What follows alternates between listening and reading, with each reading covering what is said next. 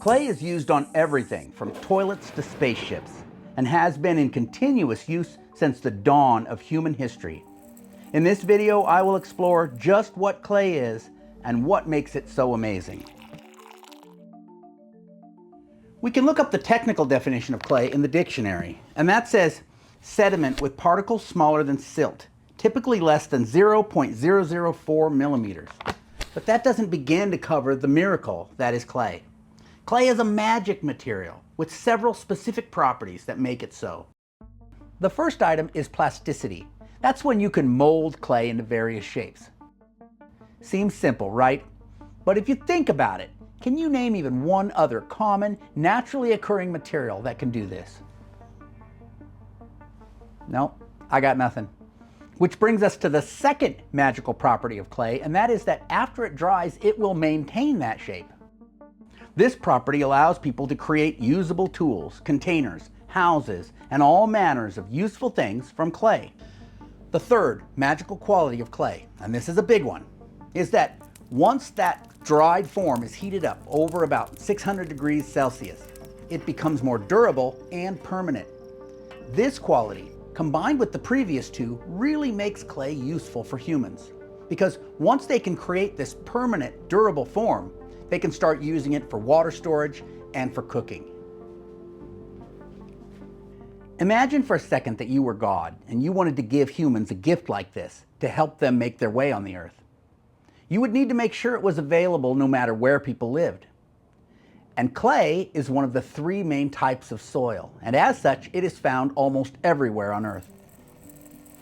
A good way to see the different components of soil is to put some soil in a glass jar, cover with water, shake to mix thoroughly, and then let sit and settle.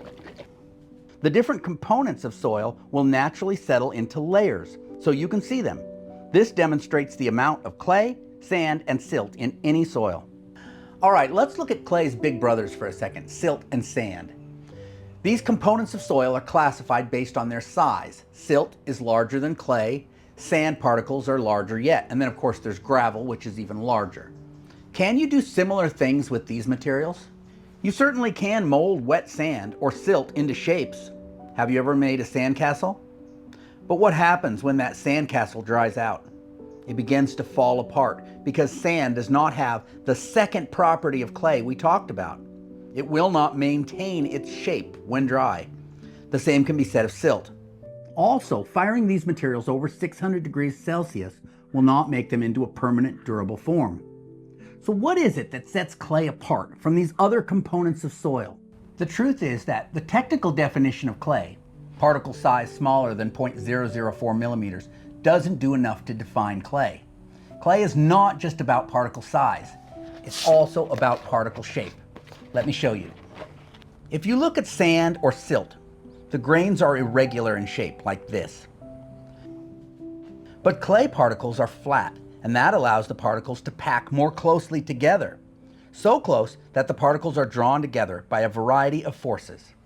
Forces such as van der Waals forces, electrostatic charge, hydrogen bonding, and the capillary action of the water around the clay particles. This bonding of the clay particles, one to the other, is what gives clay its plasticity and its workability that makes it so useful for forming things. So it's really the shape of those clay particles that gives them their magical properties, not the size. Because of these useful properties, early man found clay useful for making cooking pots and rodent-proof storage containers. But unlike other primitive skills, such as flint knapping or basket weaving, that have largely become less useful in our modern age, pottery continues to find utility today. In fact, no matter where you live in the world, you probably interact with clay every day, even though you may seldom give it much thought. Mugs, plates, bowls and casserole dishes, tiles and flooring, toilets, sinks and bathtubs, electrical insulators, spark plugs and circuit boards, dental implants, crowns and bone grafts, heat shields, engine components and sensors, sculptures, vases and decorative objects, bricks, pipes and roofing tiles are just a few of the ways we interact with clay every day in our modern life. But a comprehensive list would go on and on and on. So here's to clay. that magical material that has followed us from the Stone Age to the Space Age. If you would like to learn how to find and process clay near where you live, no matter where that might be on Earth, then check out this video right over here, which shows you how to find and process wild clay. I appreciate you watching today. I'll catch you next time.